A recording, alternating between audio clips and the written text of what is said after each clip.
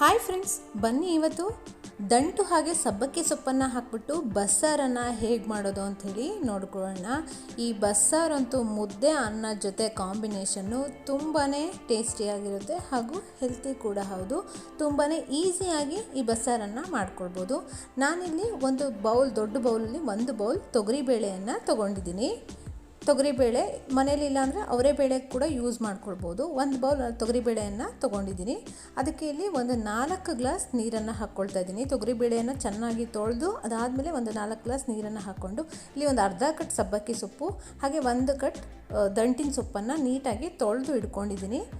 ಇದನ್ನು ನೀಟಾಗಿ ಕಟ್ ಮಾಡ್ಕೊಳ್ಬೇಕು. ಹೀಗೆ ಬೇಳೆ ಎಲ್ಲ ಬೇಯಬೇಕಾದ್ರೆ ಅದ್ರ ಮೇಲ್ಗಡೆ ನೊರೆ ಬರುತ್ತಲ್ಲ ವೈಟು, ಅದನ್ನು ತೆಕ್ಕೊಂಬಿಡಿ. ನಾನು ಕುಕ್ಕರಲ್ಲಿ ಹಾಕಿ ವಿಜಿಲ್ ಹಾಕಿಸ್ತಿಲ್ಲ, ಹಾಗೆ ಓಪನ್ನಾಗಿ ಇಟ್ಬಿಟ್ಟು ಬೇಯಿಸ್ತಾ ಇದ್ದೀನಿ. ವಿಜಿಲ್ ಹಾಕ್ಸಿದ್ರೆ ಏನಾಗುತ್ತೆ ಅಂದರೆ ಬೇಳೆ ಎಲ್ಲ ಫುಲ್ ಬೆಂದೋಗ್ಬಿಡುತ್ತೆ, ಕಾಳಿಗೆ ಸಿಕ್ಕೋದೇ ಇಲ್ಲ ಅದು. ಹಾಗಾಗಿ ಹೀಗೆ ಓಪನ್ನಾಗೆ ಬೇಯಿಸ್ಕೋಬೇಕು. ಇಲ್ಲಿ ನೋಡ್ಬೋದು ಒಂದು 70% ಬೇಳೆ ಬೆಂದಿದೆ. ಒಂದು 70% ಬೇಳೆ ಬೆಂದರೆ ಸಾಕಾಗುತ್ತೆ, ಫುಲ್ ಬೇಯೋ ತನಕ ಬಿಡಬೇಡಿ.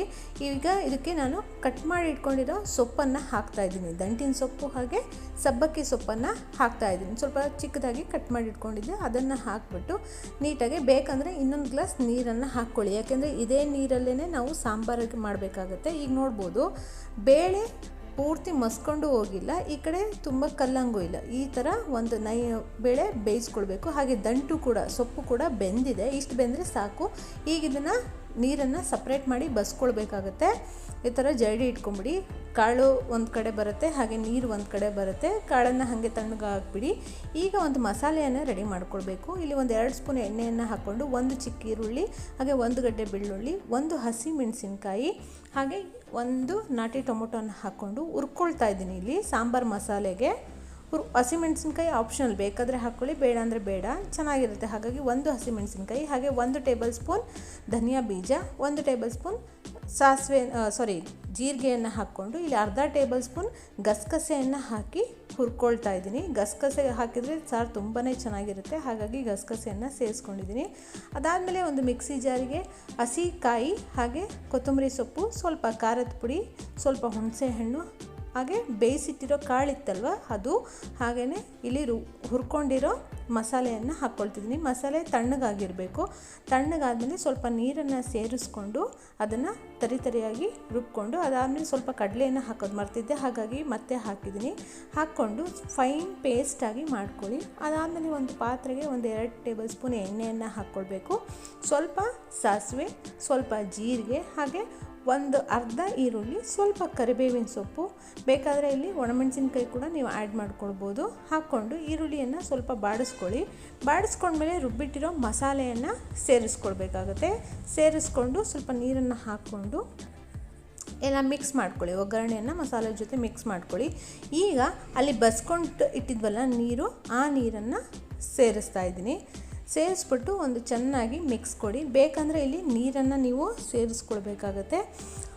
ಇಲ್ಲ ಅಂತಂದರೆ ನೋಡ್ಕೊಳ್ಳಿ, ಈ ಬಸ್ಸಾರು ಸ್ವಲ್ಪ ತೆಳುವೇ ಇರಬೇಕು, ಹಾಗಾಗಿ ಸ್ವಲ್ಪ ನೀರನ್ನು ಹಾಕ್ಕೊಳ್ಳಿ. ಅದಾದಮೇಲೆ ರುಚಿಗೆ ತಕ್ಕಷ್ಟು ಉಪ್ಪನ್ನು ಹಾಕ್ಬಿಟ್ಟು ಒಂದು 2 ರಿಂದ 3 ನಿಮಿಷ ಚೆನ್ನಾಗಿ ಕುದಿಸ್ಬೇಕಾಗತ್ತೆ. ಬಸ್ಸಾರು ಕುದಿಬೇಕಾದ್ರೇ ಗಮ್ ಅಂತ ಸ್ಮೆಲ್ ಬರ್ತಾ ಇರುತ್ತೆ. ಅಷ್ಟು ಆಸೆ ಆಗುತ್ತೆ ಊಟ ಮಾಡಬೇಕು ಅಂಥೇಳಿ. ಮುದ್ದೆಗೆ ಅನ್ನಕ್ಕಂತೂ ತುಂಬಾ ಚೆನ್ನಾಗಿರುತ್ತೆ. ಹೀಗೆ 2 ರಿಂದ 3 ನಿಮಿಷ ಕುದಿಸ್ಕೊಂಡ್ರೆ ನಿಮಗೆ ಸಖತ್ ಟೇಸ್ಟಿಯಾಗಿರೋ ಬಸ್ಸಾರು ರೆಡಿ ಆಗುತ್ತೆ. ಅದಾದಮೇಲೆ ಒಂದು ಕಾಳನ್ನು ಒಗ್ಗರಣೆ ಮಾಡ್ಕೊಳ್ಳೋಣ. ಅದಕ್ಕೆ ಒಂದು 2-3 ಟೇಬಲ್ ಸ್ಪೂನ್ ಎಣ್ಣೆಯನ್ನು ಹಾಕ್ಕೊಳ್ಬೇಕು. ಎಣ್ಣೆ ಬಿಸಿ ಆದಮೇಲೆ ಒಂದು ಅರ್ಧ ಟೇಬಲ್ ಸ್ಪೂನ್ ಸಾಸಿವೆ ಹಾಗೆ ಒಂದು ಅರ್ಧ ಟೇಬಲ್ ಸ್ಪೂನ್ ಜೀರಿಗೆಯನ್ನು ಹಾಕ್ಕೊಂಡು ಇಲ್ಲಿ ನಾನು ಒಂದು ದಪ್ಪಗಡ್ಡೆ ಈರುಳ್ಳಿಯನ್ನು ಚಿಕ್ಕದಾಗಿ ಕಟ್ ಮಾಡಿ ಹಾಕ್ಕೊಂಡಿದ್ದೀನಿ. ಒಂದು 2 ಆದರೂ ಈರುಳ್ಳಿ ಹಾಕ್ಕೊಳ್ಳಿ. ಈರುಳ್ಳಿ ಜಾಸ್ತಿ ಇದ್ರೇ ಆ ಕಾಳಲ್ಲಿ ಚೆನ್ನಾಗಿರುತ್ತೆ. ಅದಾದಮೇಲೆ ಸ್ವಲ್ಪ ಕರಿಬೇವಿನ ಸೊಪ್ಪು, ಒಂದು 2 ಹಸಿಮೆಣಸಿನ್ಕಾಯಿಯನ್ನು ಹಾಕ್ಕೊಂಡು ಅದನ್ನು ಈರುಳ್ಳಿಯನ್ನು ಬಾಡಿಸ್ಕೊಳ್ತಾ ಇದ್ದೀನಿ. ಈರುಳ್ಳಿಯನ್ನು ಫುಲ್ ಬಾಡಿಸ್ಕೊಳ್ಬಾರ್ದು, ಒಂದು 70% ಅಷ್ಟೇ ಬಾಡಿರಬೇಕು. ಇಷ್ಟು ಬಾಡಿದರೆ ಸಾಕಾಗುತ್ತೆ. ಯಾಕಂದರೆ ಕಾಳು ತಿನ್ಬೇಕಾದ್ರೆ ಒಂಥರ ಕರುಮ್ ಅಂತ ಈರುಳ್ಳಿ ಸಿಗ್ತಾ ಇರಬೇಕು. ಹೀಗೆ ಬಸ್ತಿಟ್ಟಿರೋ ಕಾಳನ್ನೆಲ್ಲ ಹಾಕ್ತಾಯಿದ್ದೀನಿ. ಅದರ ಮೇಲೆ ಸ್ವಲ್ಪ ತೆಂಗಿನಕಾಯನ್ನು ಹಾಕ್ತಾಯಿದ್ದೀನಿ. ತೆಂಗಿನಕಾಯಿನ ಸ್ವಲ್ಪ ಜಾಸ್ತಿನೇ ಹಾಕ್ಕೊಳ್ಳಿ. ಅದಾದಮೇಲೆ ಸ್ವಲ್ಪ ಕೊತ್ತಂಬರಿ ಸೊಪ್ಪನ್ನು ಹಾಕಿ ರುಚಿಗೆ ತಕ್ಕಷ್ಟು ಉಪ್ಪನ್ನು ಸೇರಿಸ್ಕೊಂಡು ನೀಟಾಗಿ ಮಿಕ್ಸ್ ಮಾಡ್ಕೊಳ್ಳಿ. ಒಂದು 2 ರಿಂದ 3 ನಿಮಿಷ. ಬೇಕಂದರೆ ಇಲ್ಲಿ ಸ್ವಲ್ಪ ಸಕ್ಕರೆ ಅಥವಾ ಬೆಲ್ಲ ಬೇಕಾದರೂ ಹಾಕ್ಕೊಳ್ಬೋದು, ಅದು ನಿಮ್ಗೆ ಬಿಟ್ಟಿದ್ದು. ಬೇಕಾದರೆ ಹಾಕ್ಕೊಳ್ಳಿ, ಹಾಕಿದರೆ ಚೆನ್ನಾಗಿರುತ್ತೆ. ಹಾಕ್ಕೊಂಡು ನೀಟಾಗಿ ಈ ಥರ ಮಿಕ್ಸ್ ಮಾಡಿಕೊಂಡ್ರೆ 2-3 ನಿಮಿಷ ಸಕ್ಕ ಟೇಸ್ಟಿಯಾಗಿರೋ ಸೊಪ್ಪಿನ ಕಾಳು ಕೂಡ ರೆಡಿಯಾಗಿರುತ್ತೆ. ಈ ರೆಸಿಪಿ ಇಷ್ಟ ಆಯಿತು ಅಂತಂದರೆ ಪ್ಲೀಸ್ ಲೈಕ್ ಮಾಡಿ, ಶೇರ್ ಮಾಡಿ, ಕಮೆಂಟ್ ಮಾಡಿ. Thank you friends.